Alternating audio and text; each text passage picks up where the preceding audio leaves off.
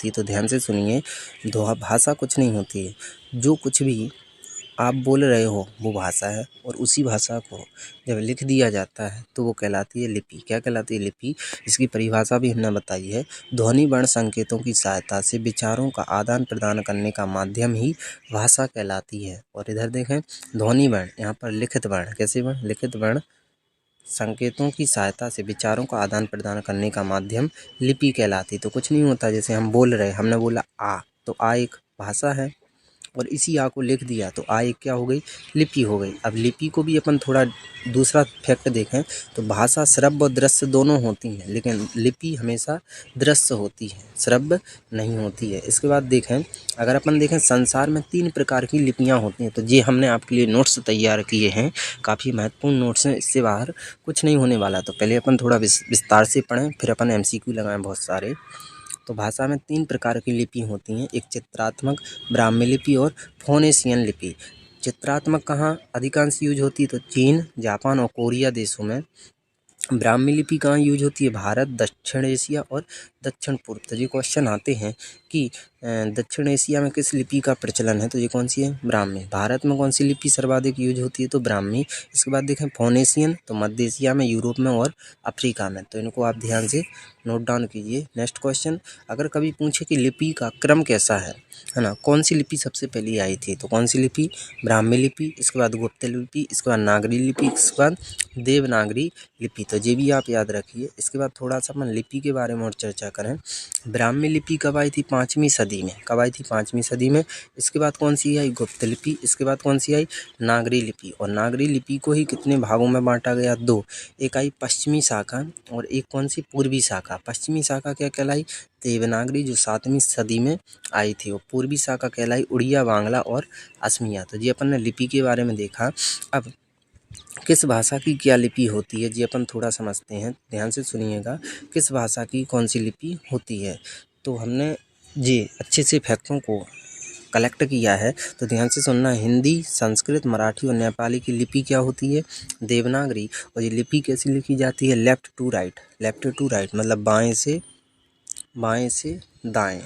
तो जी 4 भाषाएं हैं। तो क्वेश्चन आता है कभी कभी, मराठी की लिपि क्या है? तो क्या है? देवनागरी। पूछे संस्कृत की लिपि क्या है? देवनागरी। 4 भाषाओं की लिपि देवनागरी है, हिंदी, संस्कृत, मराठी और नेपाली। इसके बाद देखें, जो रोमन लिपि है ये भी बाएं से दाएं लिखी जाती है, लेफ़्ट टू राइट। तो ये किन किन भाषाओं की है? तो अंग्रेजी, रसियन और फ्रेंच की लिपि क्या है?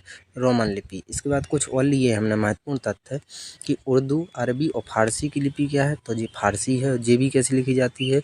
ये लिखी जाती है राइट टू लेफ्ट, मतलब कैसा? दाएं से बाएं, दाएं से बाएं। इधर से शुरू होता है लिखना, इधर ख़त्म होता है, लेफ्ट, राइट टू लेफ्ट। इसके बाद पंजाबी की लिपि क्या है? गुरुमुखी। और जी स्टैटिक जीके में भी बहुत ज़्यादा पूछा जाता है कि पंजाबी भाषा की लिपि क्या है? गुरुमुखी, जो लेफ्ट टू राइट लिखी जाती है। इसके बाद पूछे कभी जापान की लिपि क्या है? तो क्या है? जापानी, जो कैसी लिखी जाती है? ऊपर से नीचे, ऊपर से नीचे। तो हमने जी आपको डिटेल में लिपि के बारे में बताया है। अब इससे जुड़े हुए कई अपन महत्वपूर्ण तथ्य लगाते हैं, महत्वपूर्ण क्वेश्चन लिपि से संबंधित, जो परीक्षाओं में अधिकांश पूछे जाते हैं। तो चलते हैं। लिखित वर्ण संकेतों की सहायता से भाव या विचार की अभिव्यक्ति को क्या कहते हैं? तो क्या कहते हैं? आप सभी को पता है क्या कहते हैं? लिपि। Option A is the correct answer. Next question. तो आपको सेशन कैसा लग रहा है? मज़ा आ रहा है तो एक बार वीडियो को लाइक और चैनल को सब्सक्राइब जरूर कर लें। नेक्स्ट क्वेश्चन, लिपि का अर्थ होता है। तो लिपि का अर्थ क्या होता है? तो कई बार स्टूडेंट गलत करते हैं, ध्वनि संकेतों का लिखित रूप ही लिपि नहीं कहलाता है। वर्ण लिखने की कला ही क्या होती? लिपि। जैसे हमने ये कुछ लिखा तो ये बोल दिया तो भाषा और लिख दिया तो लिपि। तो इसका करेक्ट आंसर होगा ऑप्शन डी। नेक्स्ट क्वेश्चन इस सेशन का काफ़ी महत्वपूर्ण क्वेश्चन है। भाषा और लिपि है, तो आपको पता है बोल देते हैं तो भाषा और लिख देते हैं लिपि, तो एक दूसरे के जो क्या होते हैं? पूरक। क्या होते हैं? पूरक। Option B is the correct answer. Next question इस सेशन का, निम्न में से देवनागरी लिपि मूलतः है। तो देवनागरी लिपि कैसी है? तो ये अक्षरात्मक। कैसी है? अक्षरात्मक, ना कि चित्रात्मक, अक्षरात्मक। Option C is the correct answer. Next question, एक बार कमेंट बॉक्स में ज़रूर बताएं कि पढ़ाने में आपको मज़ा आ रहा है कि नहीं, पढ़ने में भी मज़ा आ रहा है। नेक्स्ट क्वेश्चन, देवनागरी लिपि का विकास किस लिपि से हुआ है? तो अभी बताया था देवनागरी लिपि का विकास हुआ था ब्राह्मी लिपि से, जो ऑप्शन ए में दिख रहा होगा। नेक्स्ट क्वेश्चन नंबर 6, अधिकांश भारतीय भाषाओं का विकास किस लिपि से हुआ है? तो हमने बताया था सबसे पहले कौन सी लिपि आई थी, ब्राह्मी लिपि, और अधिकांश भारतीय भाषाओं का विकास भी ब्राह्मी लिपि से हुआ है, तो option D is the correct answer. Next question number 7, Devanagari लिपि का सही विकास क्रम क्या है? तो अभी बताया था हमने, सबसे पहले कौन आई, ब्राह्मी लिपि, फिर आई गुप्त लिपि, फिर आई नागरी लिपि, फिर आई देवनागरी लिपि, जो दिख रहा है ऑप्शन सी में, तो ऑप्शन सी अपना यहाँ पर करेक्ट होगा।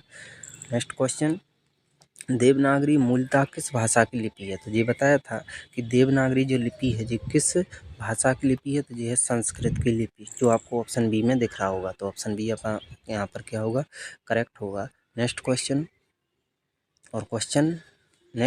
पर जाने से पहले आपको बता दें कि आपको सेशन कैसा लग रहा है, मज़ेदार लग रहा है तो एक बार वीडियो को लाइक और चैनल को सब्सक्राइब जरूर करें और कमेंट बॉक्स में ज़रूर बताएं। नेक्स्ट क्वेश्चन, देवनागरी लिपि का सर्वप्रथम प्रयोग किस राज्य में हुआ माना जाता है? तो किस राज्य से? भारत में वर्तमान में देखें तो कितने राज्य हैं, 28, और कितने केंद्र शासित प्रदेश हैं, 8। तो सबसे पहले किस राज्य से देवनागरी लिपि का विकास हुआ था, ये बताना है। तो किस राज्य में हुआ था? काफ़ी महत्वपूर्ण क्वेश्चन है। गुजरात में, तो गुजरात ऑप्शन सी में दिख रहा होगा, तो option C is the correct answer. Next question, Devanagari लिपि का सर्वप्रथम उल्लेख कहाँ मिलता है? तो अभी बताया था गुजरात में, और गुजरात के राजा जयभट्ट ने 7वीं-8वीं शताब्दी में किया था, है ना। तो गुजरात के राजा जयभट्ट के एक शिलालेख में देवनागरी लिपि का उल्लेख मिलता है, तो ऑप्शन यहाँ पर अपना बी करेक्ट होगा। नेक्स्ट क्वेश्चन, देवनागरी लिपि में कितने स्वर होते हैं? तो आपको पता है हिंदी वर्णमाला में कितने स्वर होते हैं, 11। कितने स्वर होते हैं, 11, है ना। और कौन कौन होते हैं ये भी आपको पता है, तो इसका करेक्ट आंसर होगा option A, 11। Next question number 12 क्या है अपना, ध्यान से सुनो, हिंदी भाषा के वर्ण किस लिपि में लिखे जाते हैं? तो आपको पता है हिंदी भाषा के जो वर्ण हैं वो किस लिपि में लिखे जाते हैं, देवनागरी, और देवनागरी आपको किस में दिख रहा है, ऑप्शन ए में, और ऑप्शन ए यहाँ ऑप्शन सी, तो ऑप्शन सी अपना यहाँ पर करेक्ट होगा। नेक्स्ट क्वेश्चन, निम्नांकित में से किस भाषा के वर्ण देवनागरी लिपि में लिखे जाते हैं? तो अभी देखा था, तो हिंदी के जो वर्ण होते हैं वो देवनागरी लिपि में लिखे जाते हैं, तो option B is the correct answer. Next question इस सेशन का, निम्नलिखित में से कौन सी भाषा देवनागरी लिपि में लिखी जाती है? तो अभी बताया था हिंदी, मराठी, नेपाली और संस्कृत देवनागरी लिपि में लिखी जाती हैं, तो इसका करेक्ट आंसर कौन सा होगा, मराठी, क्योंकि अंग्रेजी तो रशियन है, पंजाबी गुरुमुखी है ना, उर्दू की लिपि फारसी है, तो मराठी की लिपि क्या है, देवनागरी, तो option C is the correct answer. Next question, Garhwali और कुमाऊनी किस लिपि में लिखी जाती हैं? तो जो गढ़वाली और कुमाऊनी ये जो बोलियां हैं ये किस लिपि में लिखी जाती हैं? तो ये लिखी जाती हैं देवनागरी लिपि में, तो option A is the correct answer. इस सेशन का अगला क्वेश्चन, देवनागरी लिपि की सबसे बड़ी विशेषता क्या है?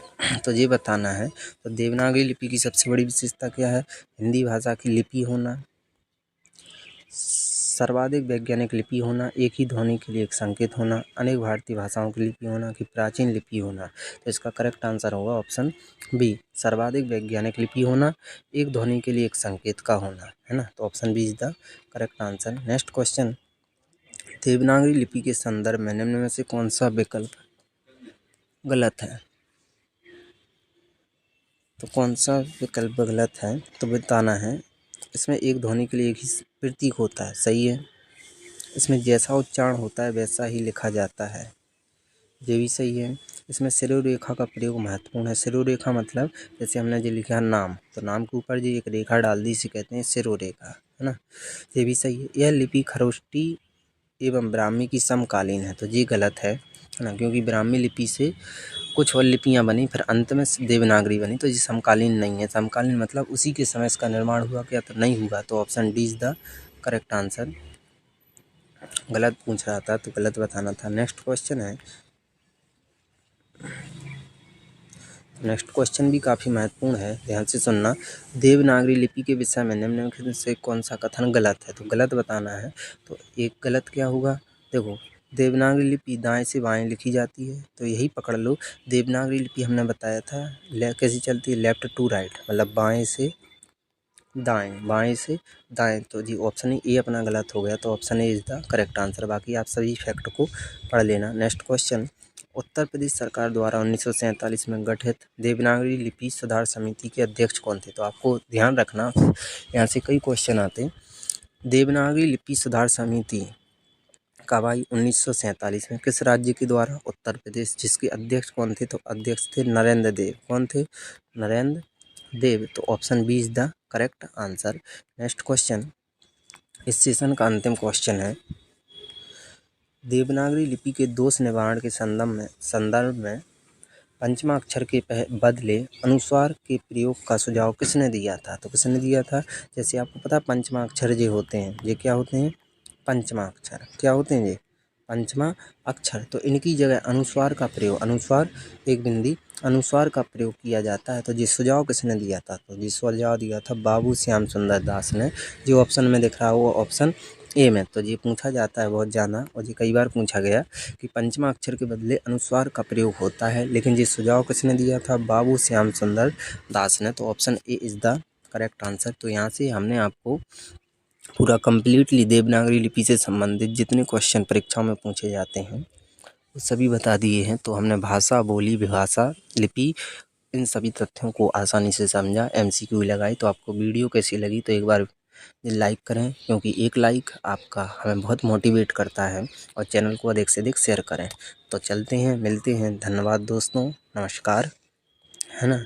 वर्ल्ड हिस्ट्री रात 8 बजे।